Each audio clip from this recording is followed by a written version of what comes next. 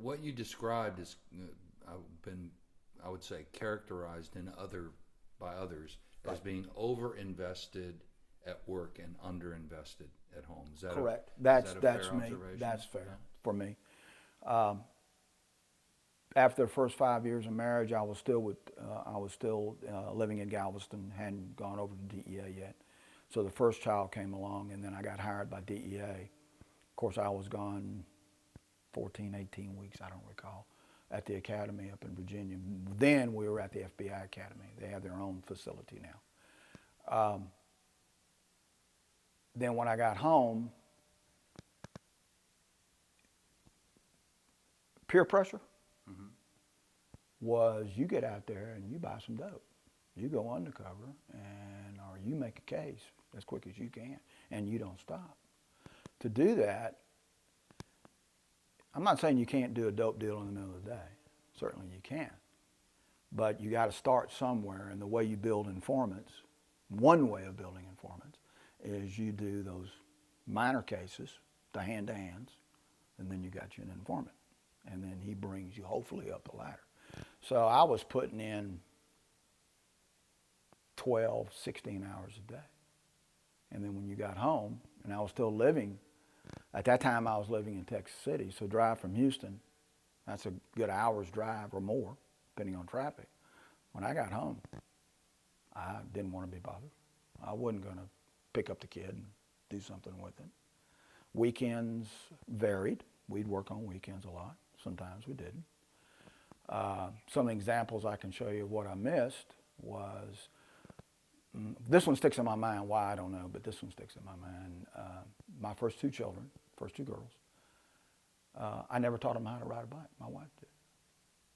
I guess it preys on me. That's why I remember it. That's why I remember it.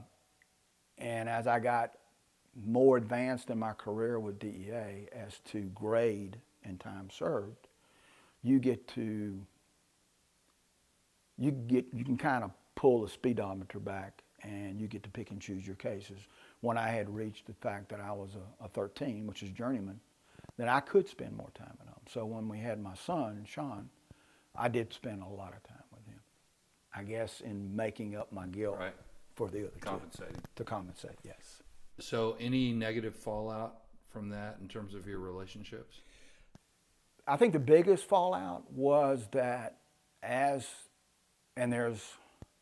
Stephanie's 28. There's like 10 years difference between my girls and my son. They got bigger, they're in junior high, they're going to high school, and Sean is, he's in elementary school now. So this is my opinion, I'm no doctor. My wife kind of lost her job because I wasn't paying attention to her as well. And now her kids are grown and they don't need to be coddled. They don't need to have their butt changed. They don't need to be put to bed. They're little young adults. So she, with my lack of attention, and then I didn't lose that big red S yet. Right. Yet. She had an affair with a guy across the street. And so, I don't blame anybody. I blame myself as much. So that ended that. So it cost you marriage, that lack of investment. Lack of investment home because I'd always put the company first. But I'm not saying it's a defense. I'm just saying the way we are raised. Men go to work, put the food on the table, pay the bills, and guess what they do the next day? They do it all over. Sure. And the women just have to tolerate. Well, that's not right.